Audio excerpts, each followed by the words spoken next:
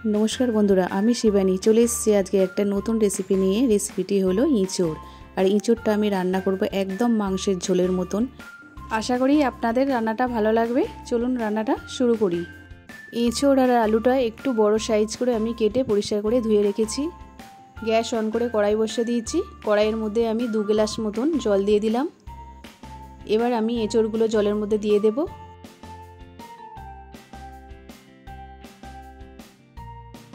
सामान्य आमी एकटू नुन दिए दिलाम। चापा दिए एटा आमी सिद्ध होते देब। एबार आमी ढाकनाटा खुले देखिए नेब इँचड़टा सिद्ध हयेछे कि। हाई फ्लेमे आमी 15 मिनट मतन इँचड़टा सिद्ध करे निয়েছি। एबार इँचड़टा थेके आमी जलटा छेके फेले देब।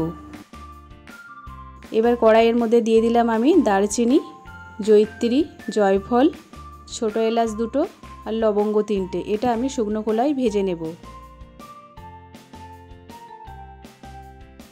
भाजा हो गेছে। এবার আমি তুলে নিলাম।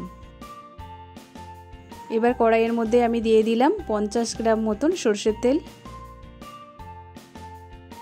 তেলটা গরম হয়ে গেছে। এবার কাটা আলুটা আমি তেলের মধ্যে দিয়ে দিলাম। নুন দিয়ে দেব সামান্য, হলুদ দিয়ে দেব সামান্য।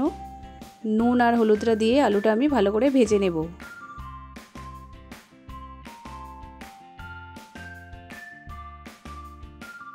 গ্যাসের ফ্লেমটা মিডিয়ামেতে রেখে আমি এটা চাপা দেব। চাপা দিলে কি হবে, আলুটা তেলের মধ্যে তাড়াতাড়ি সিদ্ধ হয়ে যাবে। এবার আমি ঢাকনাটা খুলে নিলাম।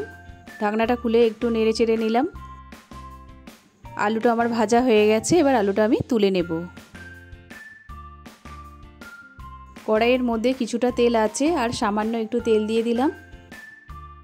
এবার দিয়ে দিলাম তেলের মধ্যে দারচিনি, ছোটো এলাচ, দুটো তেজপাতা আর দুটো শুকনো লঙ্কা ফাটিয়ে দিয়ে দিলাম। এটা এবার আমি কয়েক সেকেন্ড নাড়াচাড়া করে নেব।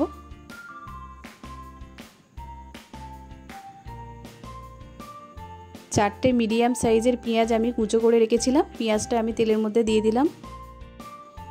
গ্যাসের ফ্লেমটা আমি মিডিয়ামে রেখে পেঁয়াজগুলো আমি ভালো করে ভেজে নেব।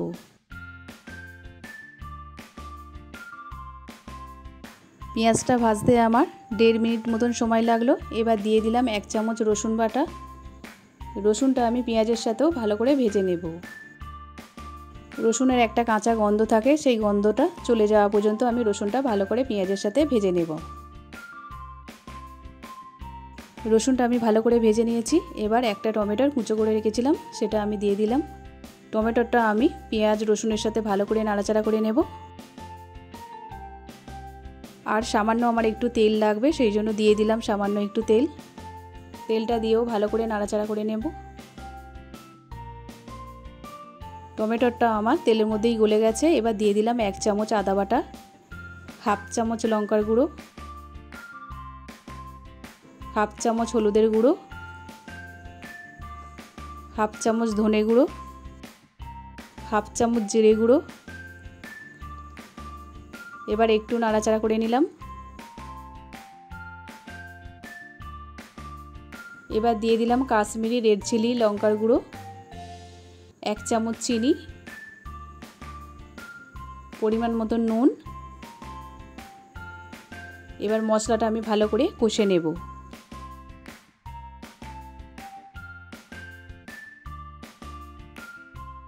মশলাটা আমি 2 মিনিট মতন কষে নিয়েছি। মশলাটা যদি ঠিকঠাক কষা হয় তাহলে তরকারির স্বাদটাও খুব ভালো হয়। এবার আমি সিদ্ধ করা ইঁচড়টা দিয়ে দিলাম, ভাজা আলুটাও দিয়ে দিলাম। এবার ইঁচড় আর আলু ভালো করে মশলার সাথে কষে নেব।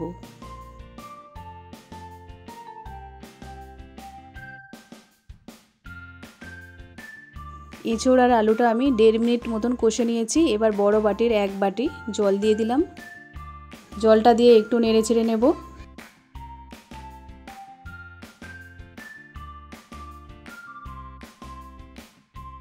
এবার ঢাকা দিয়ে আমি এটা রান্না করে নেব। এবার ঢাকনাটা খুলে আমি দেখে নেব এঁচড় আলুটা ঠিকঠাক সিদ্ধ হয়েছে কি। দেখুন আলুটা একদম সিদ্ধ হয়ে গেছে, এঁচড়টাও সিদ্ধ হয়ে গেছে। এটা রান্না করতে আমার প্রায় 15 মিনিট মতন সময় লাগলো। আপনারা যদি মনে করেন এখানে একটু জল কম হয়েছে, সেক্ষেত্রে আপনারা ঢাকনাটা খুলে একটু জল দিতে পারেন। আমি যে ভাজা গুঁড়ো মশলাটা করে রেখে দিয়েছিলাম, সেই গুঁড়ো মশলাটা উপর থেকে 1 চামচ ছড়িয়ে দিলাম। 1 চামচ ঘি দিয়ে দেব। এবার আমি 1 মিনিট মতন আবারও ফুটিয়ে নেব।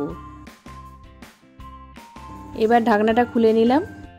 এবার একটু নাড়াচাড়া করে নেব। রান্নাটা আমার একদম রেডি হয়ে গেছে বন্ধুরা। এবার আমি গ্যাসটা অফ করে দেব। দেখুন একদম মাংসের ঝোলের মতন দেখতে হয়েছে আর খেতেও খুব টেস্টি হবে এটা। আপনারা অবশ্যই এটা বাড়িতে বানিয়ে করে খেয়ে দেখবেন। কেমন লাগলো আমাকে জানাবেন। ভিডিওটি ভালো লাগলে লাইক করবেন, শেয়ার করবেন এবং চ্যানেলটিকে সাবস্ক্রাইব করে আমার পাশে থাকবেন। নমস্কার।